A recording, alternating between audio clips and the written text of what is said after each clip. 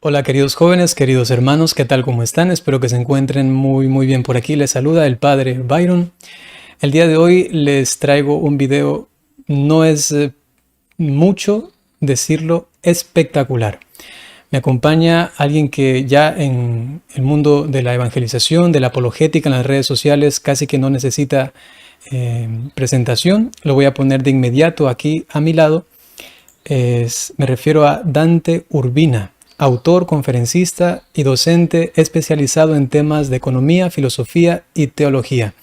Aunque últimamente, lamentablemente, también hasta difamado por algunas cosas que han sacado de contexto, y sin embargo, él sigue aquí evidentemente en la lucha por la evangelización, y por eso nos alegra muchísimo tenerte aquí en nuestro espacio. Dante, ¿cómo te encuentras? ¿Cómo estás? Muchísimas gracias, padre. Muchísimas gracias. Estoy muy contento de estar aquí y ciertamente en este compromiso con la evangelización, con la defensa de la fe, uno se va a encontrar ataques a la persona de uno, pero eso es algo pequeño comparado con el amor de Dios que es Mm. tan grande y la verdad que nos trasciende. Entonces, en vista de que la verdad que Dios ha querido compartir por medio de su iglesia es tan grande y más grande que nosotros, y el amor que Él tiene hacia nosotros es más grande que nosotros, entonces no podemos permitir que ninguna cosa de nosotros apague esa Mm. luz. Así que sí, aquí estoy para, dentro de mis posibilidades, de mis insuficiencias, pero con mucho amor, procurar hacer que brille la luz de Cristo. Me llama la atención, Dante, que repites mucho el término amor, y es algo que enciende también, evidentemente, a las personas que entendemos de qué amor estás hablando, ¿no? Ese amor que involucra entonces este empeño para que los demás conozcan a aquel que es el amor a través de la verdad. Tu apostolado, permíteme felicitarte, ha sido de mucho provecho para muchísimas personas. Yo también muchas veces veo el video, aunque es largo, ¿no? Estoy ahí mientras hago una cosa, otra cosa, y tengo que decirlo muy honestamente. Eres de uno de los laicos de los que yo tengo que aprender, ¿no? Normalmente a veces uno piensa el sacerdote como que si lo sabe todo, o el sacerdote como que puede dominar todos los temas, ¿no? Y esto en realidad no es así. Y me he tocado ya en este mundo de la evangelización con algunos laicos frente a los cuales tengo que sacarme el sombrero y decir, wow, cuánto aprendo, ¿no? Y el día de hoy quiero que eso sea una prolongación. Y por ello te he invitado, y queridos hermanos, les hago partícipes de esto. Vamos a tratar el tema al respecto de los libros deuterocanónicos, así llamados, y que Dante va a dar mucha luz al respecto para entender mejor por qué esos libros son considerados realmente canónicos dentro de la Sagrada Escritura, dentro de la Iglesia, ¿no? Y entonces yo voy a estar como quizá también como un niño frente al maestro, escuchando, ¿no? Y si puedo dar algún aporte por aquí o por acá, pues será también solamente para complementar. Dante, los micrófonos están completamente a tu disposición. Vamos a ver el video y, hermanos, disfruten cada momento de este video. ¿Estamos listos, Dante? ¿Listos?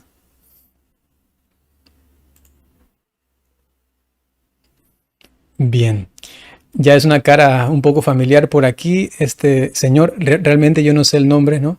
Pero ya hizo un video acerca de la Eucaristía y ya había reaccionado. El día de hoy él propone este video que está rondando en las redes sociales. Se llama 5 razones por qué los deuterocanónicos no son divinos. Entonces él pretende demostrar por medio de 5 argumentos que no son palabra de Dios los libros deuterocanónicos. 5 razones por qué los libros deuterocanónicos no son palabra de Dios. Deuterocanónico significa segundo canon. Fueron aceptados en el año 1546. En el Concilio de Trento, de ahí se formó la Biblia Católica con sus 73 libros. Es el primer argumento. Bien. Ah, hay que comenzar diciendo que pues es un argumento bastante débil, o sea, para empezar con ese argumento en contra de los libros deuterocanónicos no empieza muy bien. Pero primero quiero precisar la importancia del tema, que se tenga conciencia de esto. Tal vez se puede pensar que discutir el asunto de los libros deuterocanónicos es simplemente un tema muy especializado dentro de la apologética y que es un tema marginal, etc. Pero a quienes amamos la palabra de Dios completa, este no puede ser un tema marginal o menor. Si hablamos de la Biblia, ¿Biblia qué significa? Colección de libros. Etimológicamente, Biblia es colección de libros. Entonces, entre católicos y protestantes tenemos una divergencia, en particular en el Antiguo Testamento. Hay unos 7 libros que están presentes en Biblias católicas y que no aparecen en las Biblias protestantes. Y quien de verdad ama la palabra de Dios no puede ver esto como un asunto pequeño. O sea, si estos libros deuterocanónicos presentes en Biblias católicas realmente son palabra de Dios, es una pena que los protestantes se pierdan de esta maravilla. Es una pena que llamen meros apócrifos humanos a libros que realmente son inspirados. Por otra parte, si los libros llamados deuterocanónicos para fines discursivos, ¿no? Apologéticos, si estos llamados libros deuterocanónicos no son palabra de Dios, no son inspirados, entonces los católicos estamos considerando como libros inspirados a libros que son meros apócrifos humanos. Así que la cuestión es absolutamente crucial, no es un asunto menor, sino que en este punto, o católicos o protestantes están en un grave error y hay que dilucidarlo. Y en ese contexto, pues vamos a examinar estas razones, ¿no?, que presenta este video. Entonces ya hemos visto que el argumento 1 por el cual se rechazarían los deuterocanónicos es que fueron aceptados en el 1546 por el Concilio de Trento.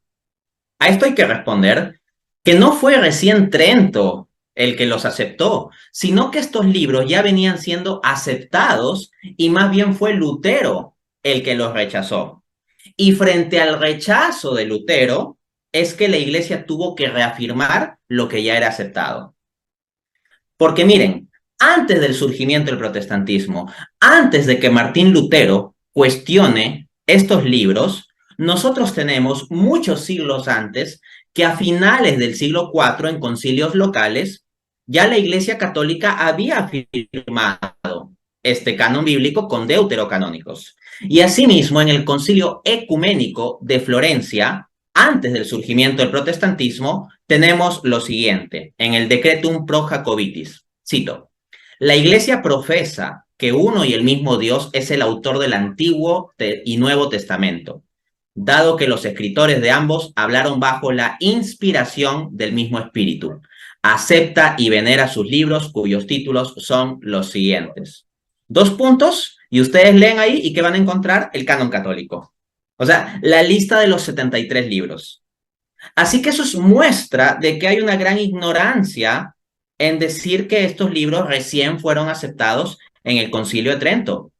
Ya son aceptados en concilios locales católicos de finales del siglo IV y en el Concilio Ecuménico de Florencia antes del surgimiento del protestantismo. Así que allí es absolutamente evidente el error histórico de ese argumento protestante.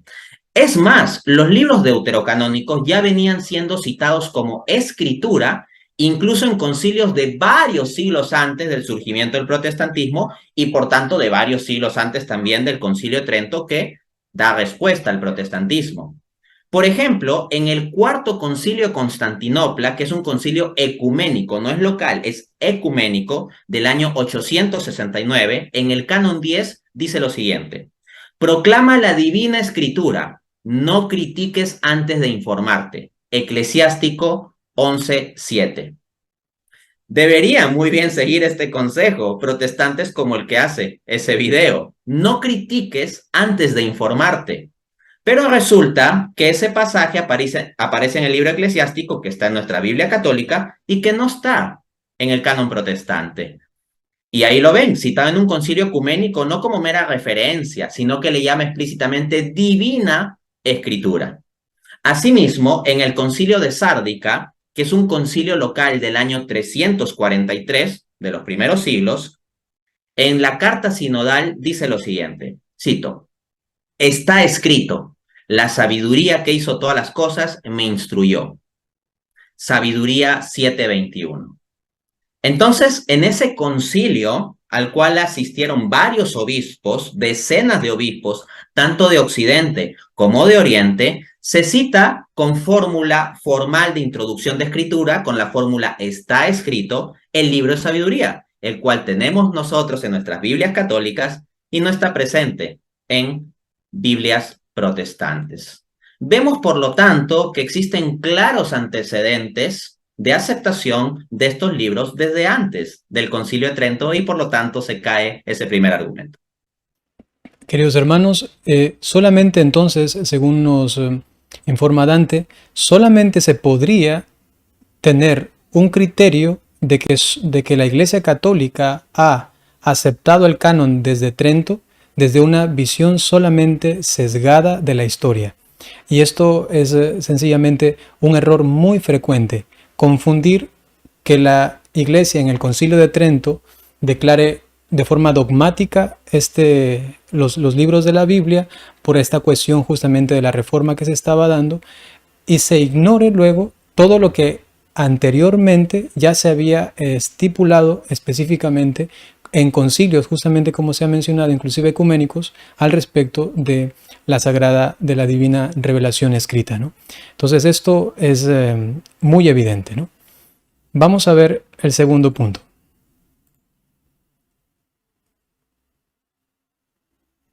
Dos son conocidos como apócrifos, que significa falso o dudoso. Tres. Wow. Segundo, y solamente lo deja y se va, como que ya, sigamos. Exacto, o sea, realmente causa una sonrisa porque es un argumento bastante curioso. O sea, argumento contra los deuterocanónicos son conocidos como apócrifos. A ver, la pregunta es, en primera instancia, ¿quiénes lo conocen como apócrifos? Nosotros los católicos no les llamamos apócrifos, por ejemplo. Entonces, empezando por eso, acá lo que tenemos, por lo tanto, es una falacia de petición de principio. O sea, que los protestantes llamen a estos libros apócrifos en el sentido específico de no canónicos, negándole el carácter de Sagrada Escritura, con esa acepción del término apócrifo, no implica que por lo tanto lo sean. Es simplemente una reafirmación de la creencia protestante. O sea, prácticamente este argumento número 2 es: los deuterocanónicos no son escritura porque los protestantes no los consideramos como escritura. Es eso, en el fondo. Entonces, es una gigantesca falacia de petición de principio. Ahora, vamos a profundizar un poquito. Miren, la palabra apócrifo viene del griego apokryptein, que significa oculto. Entonces, la pregunta es, ¿los deuterocanónicos son libros que han estado ocultos? Y la respuesta es no. Los deuterocanónicos, estos 7 libros del Antiguo Testamento que tenemos presentes en Biblias católicas y que no están en Biblias protestantes, no han sido libros ocultos, sino que a lo largo de la historia han estado siempre presentes de forma visible con los cristianos. Y se los voy a pasar a mostrar con fuentes académicas. En primera instancia, voy a citar a J.N.D. Kelly, que es un académico protestante, uno de los mayores expertos en patrística del siglo XX. En su conocido libro, Early Christian Doctrines, que se podría traducir como Doctrinas Cristianas Primitivas, editorial Adam Charles Black, London, 1968, páginas de 53 a 54, dice este autor, cito: el Antiguo Testamento admitido como autoritativo siempre incluyó los libros deuterocanónicos. Y luego apunta: en los 2 primeros siglos, la Iglesia parece haber aceptado estos libros adicionales como inspirados. Entonces, noten, no es que esos libros estaban ocultos y los cristianos no los conocían. Más bien, este autor protestante admite que la Iglesia de los 2 primeros siglos veía estos libros como inspirados y que siempre eran incluidos en el Antiguo Testamento admitido como autoritativo. La palabra siempre no la estoy poniendo yo. La incluye este académico protestante experto en patrística.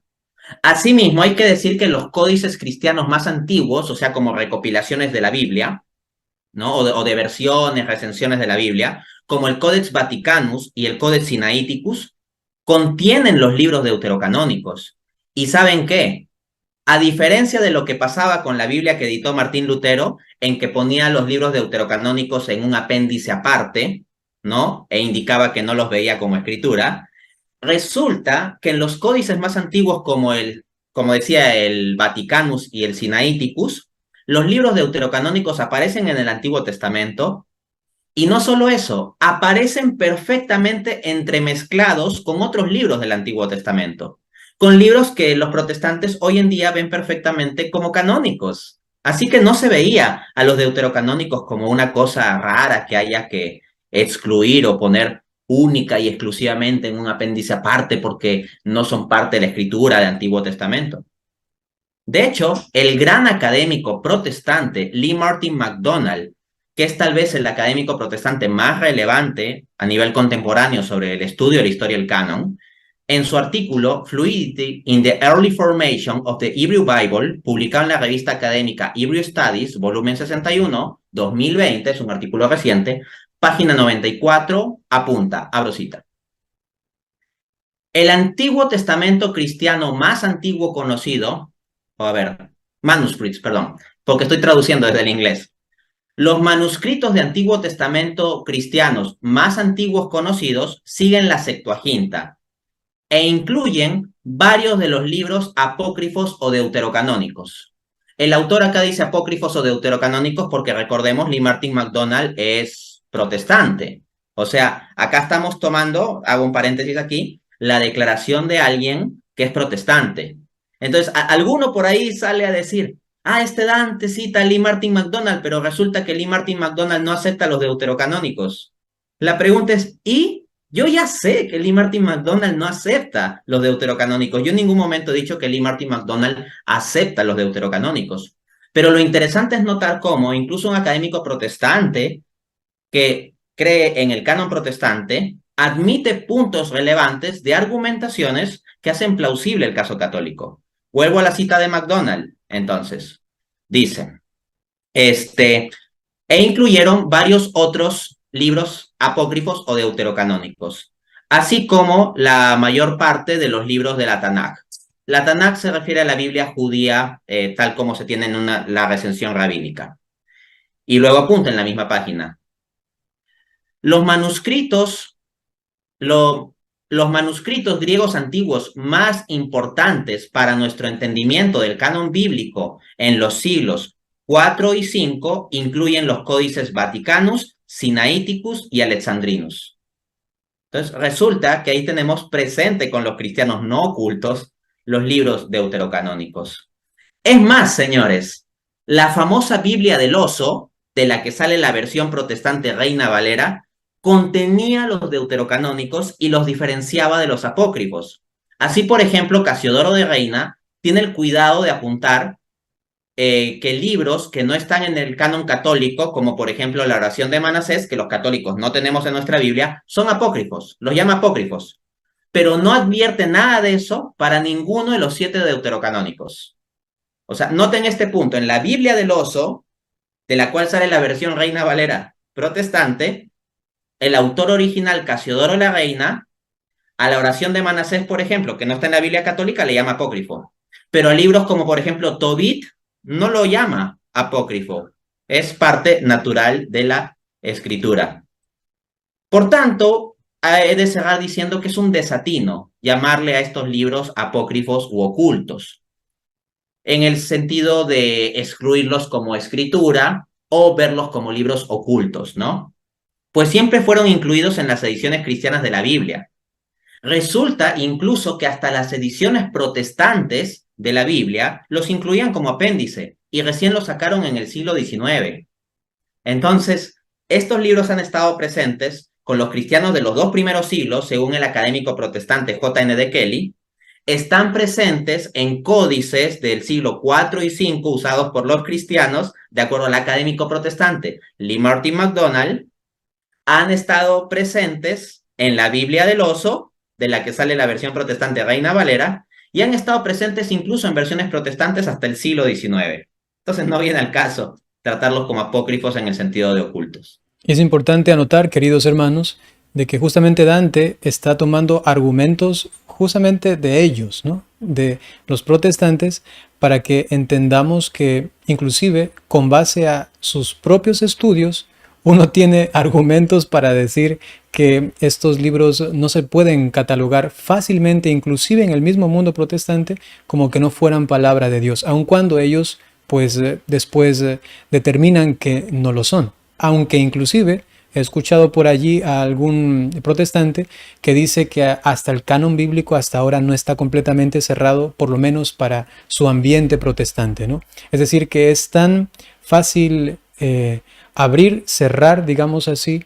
Esto evidentemente no concuerda con lo que el Señor ha querido al respecto de lo que es necesario para nuestra salvación, que es justamente la palabra de Dios, ¿no? Entonces, ese segundo argumento también es muy interesante abordarlo, y como ha hecho Dante, justamente tomando argumentos del otro lado, porque evidentemente los argumentos católicos son claros al respecto del magisterio, ¿no? Vamos a ver el tercer punto de este hermano. Fueron escritos en griego en época del helenismo, en el periodo de los 400 años que se conoce como el silencio de Dios. Ahí está. Bien, este es otro argumento tipo petición de principio.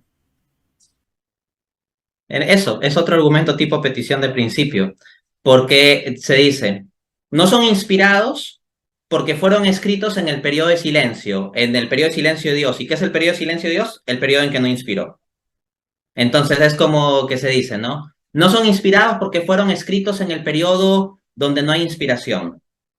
Pero yo no veo una cita explícita de la Biblia que diga del año 400 antes de Cristo al año 0 del punto de cambio entre la era cristiana, ¿no? Y la era previa, no hay inspiración de Dios o no hay posibilidad de libros inspirados. O sea, no hay ninguna cita del Antiguo Testamento ni del Nuevo Testamento que diga eso de forma explícita. Tampoco ha salido una voz del cielo de Dios diciendo, miren, por si acaso, entre el año 400 antes de Cristo y el año 0 yo no voy a inspirar nada. O sea, no tenemos algo como eso. Lo que hay es algunas tradiciones rabínicas posteriores o ciertas interpretaciones que algunos protestantes quieren hacer de ciertos textos, pero algo así como que está establecido que del año, no sé, 400 antes de Cristo al año 0 no va a haber inspiración, no es el caso. Pero vamos en orden, ¿no? En primera instancia, este argumento se centra en apuntar para desdeñar los libros deuterocanónicos que fueron escritos en griego, ¿no? Se dice, fueron escritos en griego en el periodo del helenismo. Yo comienzo preguntando, ¿y quién dice que el único idioma de Dios para el Antiguo Testamento puede ser el hebreo? ¿Acaso hay algún versículo bíblico que obligue a pensar ello? Esa es una presuposición humana de que necesariamente tenga que estar en idioma hebreo. No hay ninguna revelación que nos diga que necesariamente tiene que ser de forma exclusiva en idioma hebreo para que se lo pueda considerar escritura. Al respecto, Gary Michuta, que es un apologista católico que se ha especializado mucho en este tema de los libros deuterocanónicos, en su libro 15 Myths, Mistakes and Misrepresentations about the Deuterocanon, traducido sería 15 mitos, errores y malas representaciones sobre los deuterocanónicos, publicado por Nicaria Press, Livonia, 2017, páginas 15 y 16, dice lo siguiente, cito. Dado que no hay nada en la escritura que establezca o que afirme que todo el Antiguo Testamento, todos los libros del Antiguo Testamento inspirado deben estar escritos en hebreos, ¿cómo vino a ser esta idea? La mejor respuesta parece ser que la mayor parte de la gente asume que los hebreos hablaban hebreo. Así que este era, por tanto, un lenguaje especial o sagrado. Si bien es verdad que el hebreo fue usado durante una parte sustancial de la historia sagrada, no fue el único lenguaje usado por los judíos. El pueblo de Dios también habló arameo y eventualmente griego. ¿Podría Dios inspirar escritura en lenguajes distintos del hebreo? Se pregunta Michuta. Y luego dice, Él también inspiró el Nuevo Testamento griego. Si Dios puede inspirar el Nuevo Testamento griego, ¿por qué no podría Él hacer lo mismo con el Antiguo Testamento cuando el pueblo de Dios habló griego también? Aparte de ser una idea sin base, el mito también se equivoca o yerra con respecto a los deuterocanónicos. Clama que los deuterocanónicos fueron originalmente escritos en griego, pero esto no es verdad. Parece que los libros de Sirach es el libro también conocido como eclesiástico, que cité hace un rato, Sirach, Tobit, Judith, Baruch y Primera de Macabeos, fueron escritos originalmente en hebreo o arameo, no en griego. Y vamos a dar evidencia adicional sobre esto. Si ustedes, amigos católicos, van a su Biblia y revisan el libro eclesiástico, no lo confundan con Eclesiastés, sino el libro de Eclesiástico, también llamado Sirácides. Vayan al prólogo y dice lo siguiente: sed indulgentes con aquellos lugares en que, a pesar de todos nuestros esfuerzos para traducir bien, pareciera que no logramos acertar en tal o cual expresión. En realidad, las cosas que se dicen en hebreo pierden a menudo su fuerza cuando se las traduce a otro idioma. Entonces, el autor, no del libro de Eclesiástico, sino del prólogo del libro eclesiástico, que es posterior al autor original de Eclesiástico, lo que está diciendo es que está haciendo una traducción para una versión griega, pero que el original del libro eclesiástico, con base en el cual hizo la traducción, está en hebreo. Así que es falso que todos los libros deuterocanónicos estén en griego. Por ejemplo, el original de Eclesiástico, de acuerdo a esta información, estaría en hebreo.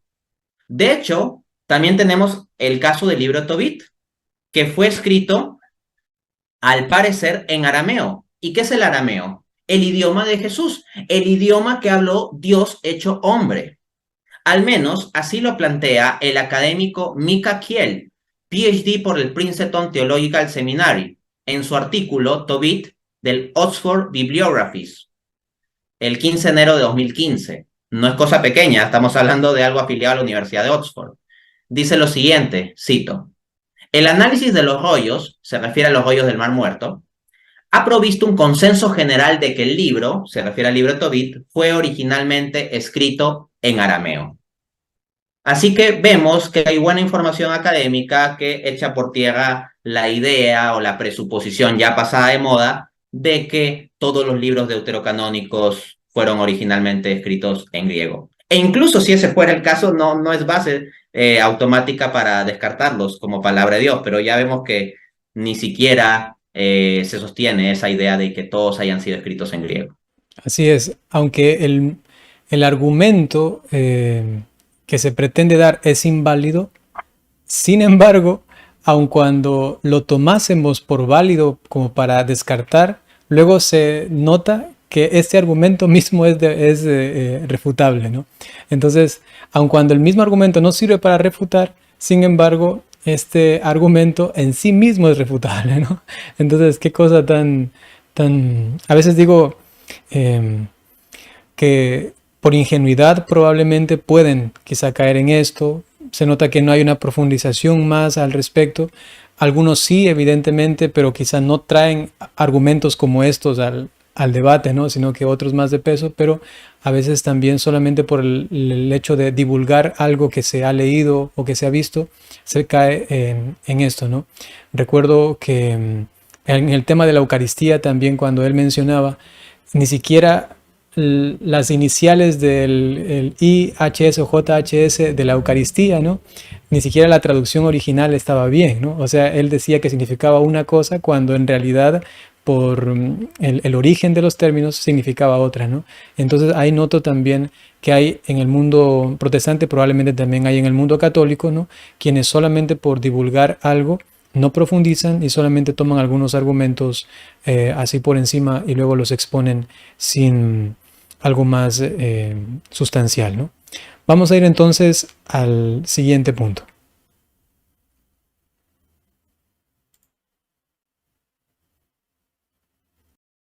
Jesús y los escritores del Nuevo Testamento jamás hicieron mención o referencia de ellos. 5 son 100. Ok, ok, vamos a ver. Ok, vamos a anotar este cuarto argumento.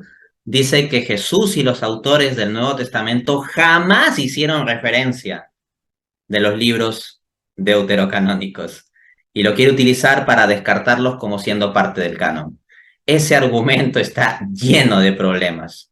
En primera instancia, porque con esa lógica, los protestantes tendrían que sacar libros de su propio canon. Y se los muestro citando a un protestante bastante conocido, John MacArthur, en la MacArthur Study Bible, editorial Thomas Nelson, Nashville 2019, en lo correspondiente a The Book of Esther, el libro de Esther, que es un libro que está presente en Biblias protestantes y también en católicas, dice lo siguiente, el famoso John MacArthur. Como Cantar de los Cantares, Abdías y Nahum, el Nuevo Testamento no cita ni alude a Esther. Esto es interesantísimo. No solo dice que no es citado, o sea, con una fórmula formal, ¿no? Como está escrito o dice la Escritura. El libro de Esther que tienen los protestantes en su Antiguo Testamento no es explícitamente citado, pero, según refiere MacArthur, ni siquiera es aludido, o sea, ni siquiera es referenciado. Ahora, tal vez a algunos MacArthur no le parecerá la más fuerte las referencias académicas, y estoy de acuerdo, no es la más fuerte las referencias académicas.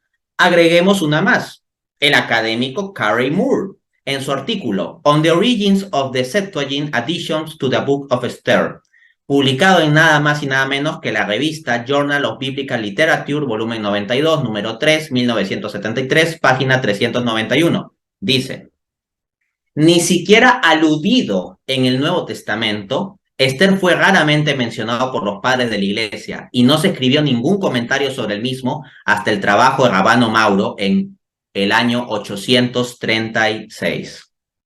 Entonces, en el video vemos que se está dando como argumento para descartar los deuterocanónicos que no son referenciados ni siquiera en el Nuevo Testamento. Bueno, con esa lógica tendrían los protestantes que sacar de su Nuevo Testamento, de su Antiguo Testamento, el libro de Esther, así como otros libros que no solo es que no son citados, es que ni siquiera son aludidos de forma específica.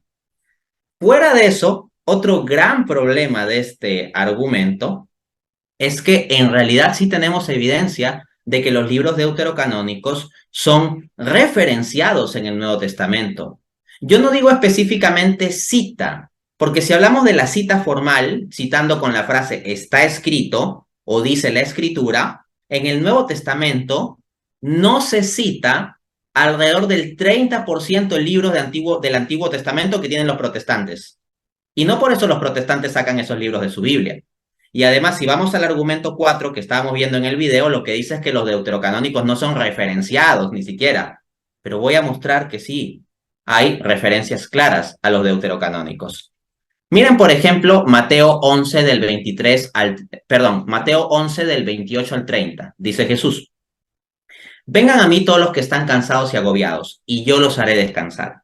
Lleven mi yugo y hallarán descanso, porque mi yugo es suave y mi carga es ligera. Ahora fíjense lo que dice en el libro deuterocanónico de Eclesiástico 51 del 23 al 27. Vengan a mí y entren a mi escuela. ¿Hasta cuándo quieren privarse todo esto y seguir sufriendo? Esto les digo acerca de la sabiduría.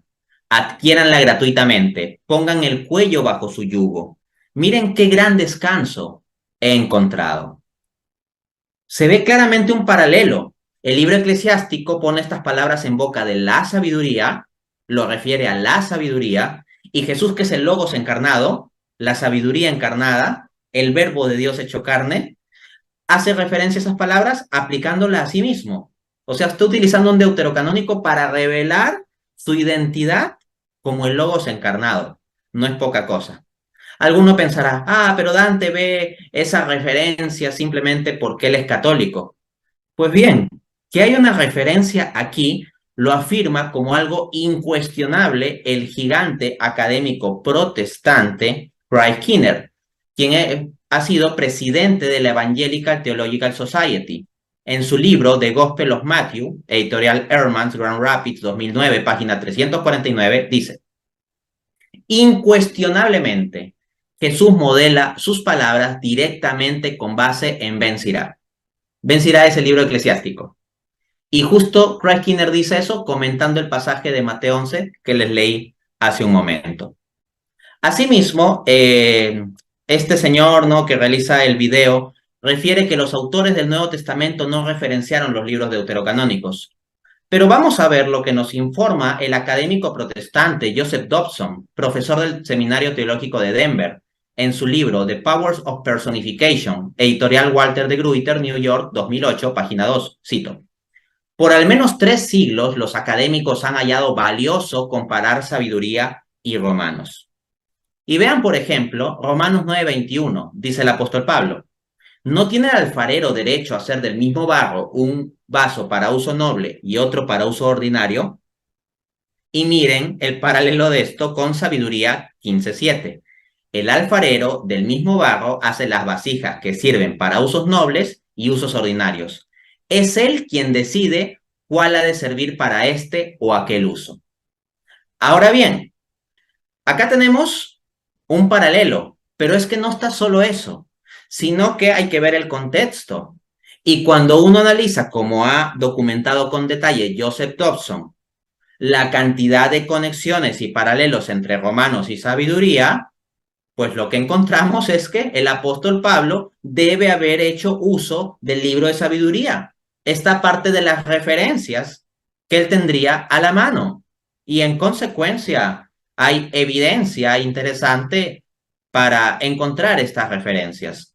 Podría multiplicar los ejemplos, pero creo que con esto es suficiente para ver que no se puede afirmar así tan fácilmente que no hay referencia a los deuterocanónicos en el Nuevo Testamento. Excelente, excelente. Vamos a ver el último argumento. 100% humanos, 0% divinos. Segundo libro de Macabeos 15, 37 y 38 dice, y aquí termino con mi narración. Si está bien escrita y ordenada, esto fue lo que me propuse. Si es mediocre y sin valor, solo eso fue lo que pude hacer. No olvides suscribirte. Ok. Ok. Bien. Este último argumento, al menos en su primera parte, pues es una cosa también que llama mucho la atención, por decirlo suavemente. O sea, dice, quinto argumento, 100% humanos, 0% divinos. Eso es de nuevo una falacia de petición de principio, es decir, como la quinta razón por la cual los deuterocanónicos no son inspirados es porque no son inspirados.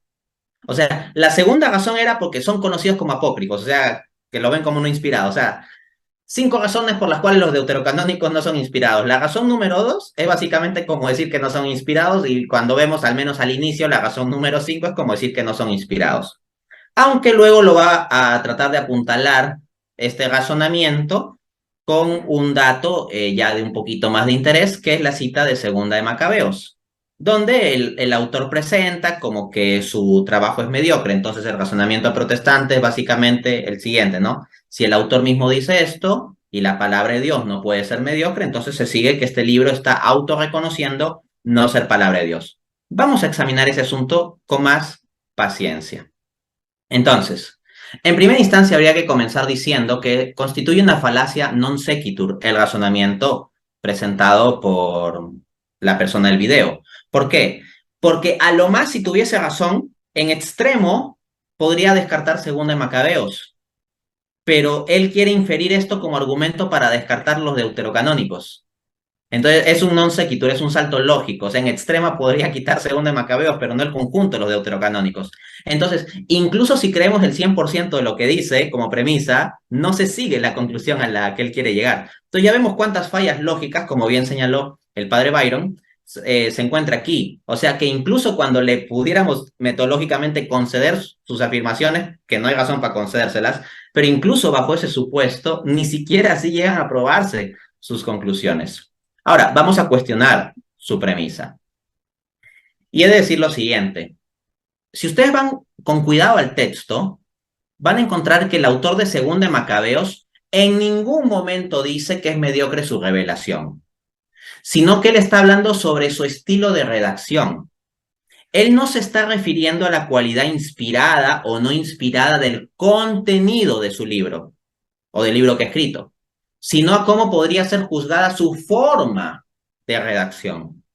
Y se los muestro, vamos a leer con más paciencia y en contexto. Segunda de Macabeos 15, del 37 al 39.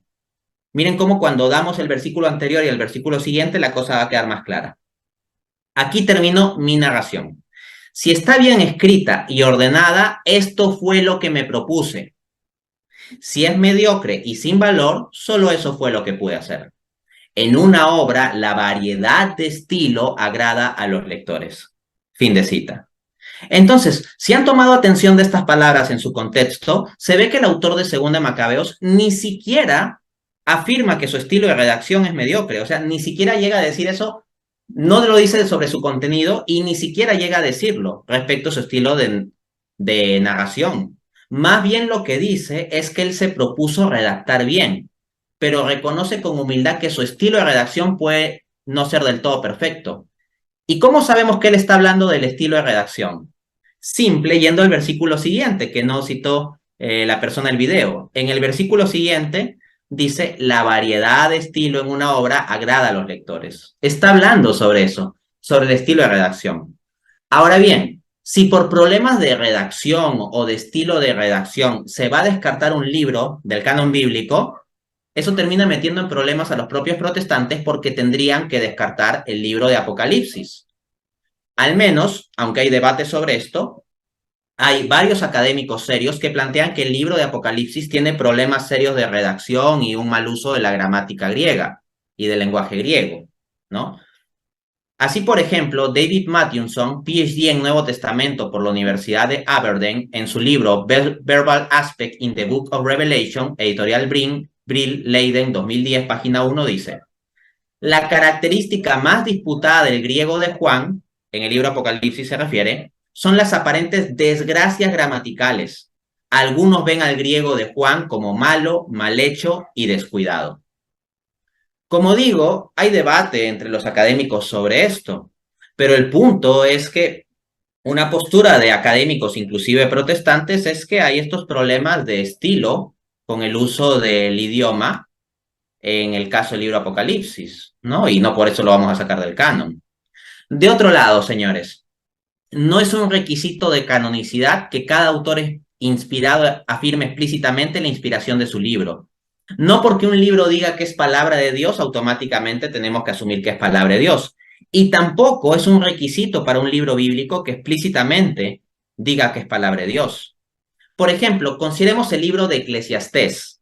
No lo confundan con el deuterocanónico eclesiástico. Hablo del libro de Eclesiastés que está presente tanto en Biblias católicas como protestantes. El autor de Eclesiastés no afirma directamente que su libro es palabra de Dios. Más bien dice explícitamente que son sus palabras. Y no por eso lo sacamos del canon. ¿No me creen? Les leo Eclesiastés 1:1. Palabras de Coelet, hijo de David, rey en Jerusalén. Noten cómo este libro bíblico que los protestantes tienen en su canon no comienza diciendo palabra de Dios. No, dice palabras de Coelet, hijo de David, rey en Jerusalén. Es decir, el autor se identifica a sí mismo como aquel que transmite sus palabras en el libro. Y lo tenemos en el canon. Y ahí no hay queja de parte de los protestantes. Similar es el caso del Evangelio de Lucas, aunque no lo crean. El Evangelio de Lucas, porque el autor presenta su propio Evangelio, no como diciendo, esto es palabra de Dios. No lo presenta así. Ciertamente, como católico, creo que el Evangelio de Lucas es 100% palabra de Dios, así como creo que el libro de Eclesiastés es 100% palabra de Dios. Yo no estoy negando que sean palabra de Dios, pero lo que estoy diciendo es que no es un requisito de canonicidad que el libro se presente explícitamente como palabra de Dios, porque en Lucas 1:3 dice, también me ha parecido bien a mí, después de haber investigado todas las cosas con diligencia, desde el principio, escribírtelas ordenadamente. El autor del Evangelio Lucas presenta su Evangelio como producto de un esfuerzo personal hecho por iniciativa personal. Me ha parecido bien a mí investigar y escribir ordenadamente. Así lo dice Lucas. Y es inspirado. Y es un libro inspirado. Y habla en esos términos. Por otra parte, y para cerrar, quiero mostrarles un punto interesante. Es osado afirmar, sin más, que los deuterocanónicos no son inspirados. Recuerden que el señor del video decía, quinto argumento, son 100% humanos, 0% divinos. No tan rápido. Porque cuando uno revisa los deuterocanónicos, encuentra en estos libros maravillosos pasajes referidos a singular revelación especial y que han sido identificados como profecías por los padres de la iglesia. Y como la profecía solo puede venir de Dios y no de meros libros humanos, no se puede decir que estos libros son 100% humanos y 0% divinos. Se los muestro. Miren el texto del libro deuterocanónico de Baruch 3:38. Dice, la sabiduría apareció en la tierra y convivió entre los hombres. Repito, dice Baruch, Antiguo Testamento, escrito antes de Cristo. La sabiduría apareció en la tierra y convivió entre los hombres. Ahora comparen eso con Juan 1:14. Dice, la palabra se hizo carne y habitó entre nosotros. De hecho, el término griego que utiliza Juan 1:14 es logos. El logos se hizo carne y habitó entre nosotros. Y logos es un término que en la filosofía griega habla o se refiere a la razón de ser o sabiduría subyacente a la realidad. Entonces, Juan 1:14 puede decirse perfectamente como decir, la sabiduría se hizo carne y habitó entre nosotros. El punto es que esto es una revelación especialísima de un misterio especialísimo, la encarnación, y lo tenemos prefigurado en Baruch 3:38. De hecho, la King James Version, o sea, la versión de Biblia protestante más usada a lo largo de la historia en inglés, reconocía que hay una referencia cruzada, que Juan 1:14 tiene como referencia cruzada a Baruch 3:38. La King James Version, versión protestante de 1611, en sus notas sobre Juan 1:14, lo cruza con Baruch 3:38. Pero yo les decía que los propios padres de la iglesia identificaron esto. Esto no es un invento mío. Así, por ejemplo, en el Fortress Commentary on the Bible, que es un comentario protestante, un comentario bíblico protestante, quien esté metido en el mundo académico sabe que Fortress, la editorial Fortress es fuertemente protestante, dice, abro cita, un número de padres de la iglesia, incluyendo a Ireneo, Clemente, Orígenes, Tertuliano, Ambrosio e Hilario, entendieron Baruch 3:38 por analogía con Juan 1:14 como refiriéndose a la encarnación. O sea, esta fuente protestante nos está reportando que múltiples padres de la iglesia vieron a este pasaje del Antiguo Testamento como prefigurando la encarnación. Eso no es revelación natural que se puede obtener por razonamiento humano. Eso es revelación especial y la tenemos en un libro deuterocanónico. Eso no sale de lo meramente humano.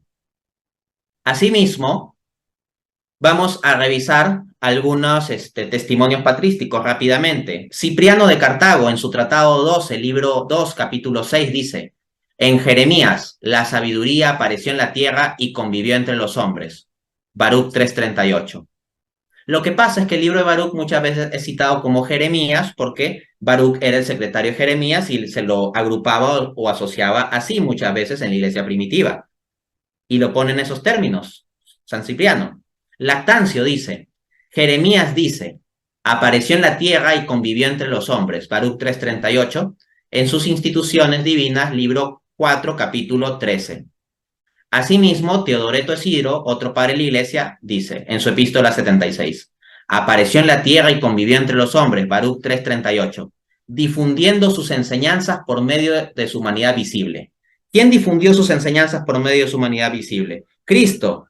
Entonces está utilizando este pasaje del libro deuterocanónico para decir que esto se cumple en Cristo. Eso es lo que en mi pueblo llaman profecía.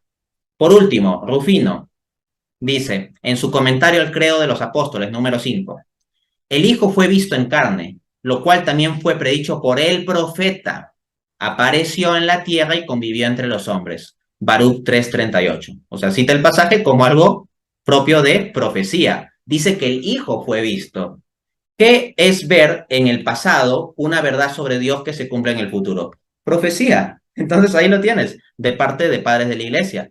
Por lo tanto, protestantes de hoy en día que vengan a decir estos libros son 100% humanos, 0% divino, no están en línea con el testimonio de los padres de la iglesia. Les quiero mostrar un último caso. el del libro de sabiduría, Sabiduría 7 del 25 al 36. Dice, la sabiduría es una demostración del poder de Dios. Es un resplandor, palabra griega apaugasma, de la luz eterna, imagen del poder y la bondad de Dios. Eso es el Antiguo Testamento, católico. Ahora miren lo que dice en el Nuevo Testamento, Hebreos 1:3, el cual siendo el resplandor, palabra griega apaugasma, de su gloria y la imagen misma de su sustancia, sustenta todas las cosas con la palabra de su poder. Entonces, claramente hay una correspondencia entre estos textos. Y si creen que simplemente lo estoy viendo yo porque soy católico, pues les cito a Benwick Terryton III, académico protestante, PhD por la Universidad de Durham. En su libro Letters and Homilies for Jewish Christians, InterVarsity Press, Donner Grove, 2007, página 103, dice: la conexión entre Hebreos 1:3 y Sabiduría 7:26 es segura, por cuanto apaugasma se encuentra solo en estos dos textos de toda la Septuaginta y el Nuevo Testamento. O sea, este académico protestante te está diciendo que la palabra griega apaugasma la única vez que aparece en el Nuevo Testamento es en Hebreos 1:3.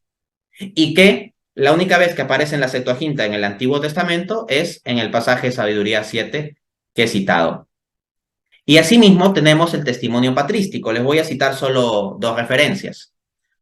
Orígenes, en su libro sobre los principios, libro 1, capítulo 2, numeral 5, dice: las afirmaciones que hemos avanzado están respaldadas por la autoridad de la Sagrada Escritura. El apóstol Pablo dice que el Hijo unigénito es la imagen del Dios invisible y el primogénito de toda criatura. Y al escribir a los hebreos, dice de él que es el resplandor de su gloria, la imagen misma de su sustancia, Hebreos 1:3. Ahora bien, encontramos en el tratado llamado Sabiduría de Salomón, ese es el libro de sabiduría deuterocanónico, la siguiente descripción de la sabiduría de Dios. La sabiduría es una demostración del poder de Dios. Sabiduría 7:25. Noten cómo Orígenes dice que va a probar desde las divinas escrituras, y cita Hebreos 1:3, y en paralelo a Sabiduría 7. Por último, San Atanasio, en su obra sobre las opiniones de Dionisio, numeral 9, dice: Dionisio ha actuado conforme a lo que aprendió de los apóstoles. Sobre la divinidad del Hijo lo llama desde las Escrituras la palabra sabiduría, poder y resplandor del Padre. Sabiduría 7:25. O sea, noten esas palabras específicas con toda esa colección, sabiduría, poder y resplandor del Padre, están en Sabiduría 7:25, porque la palabra sabiduría en específico no aparece en Hebreos 1:3, aparece solo en Sabiduría 7:25. Por tanto, quiero cerrar diciendo lo siguiente sobre este argumento. Muchos protestantes suelen apelar a padres de la Iglesia como Orígenes o San Atanasio como padres de la Iglesia que se opusieron a los libros deuterocanónicos y que no servían para enseñar doctrina, que a lo más padres como Atanasio los hubieran considerado como meros libros eclesiásticos para asuntos pastorales, pero no para dirimir teología. Pero aquí ves que San Atanasio está haciendo referencia a un libro deuterocanónico para el asunto de teología más elevado que se puede discutir, la Trinidad. Así que examinando la evidencia completa, el caso católico es fuerte.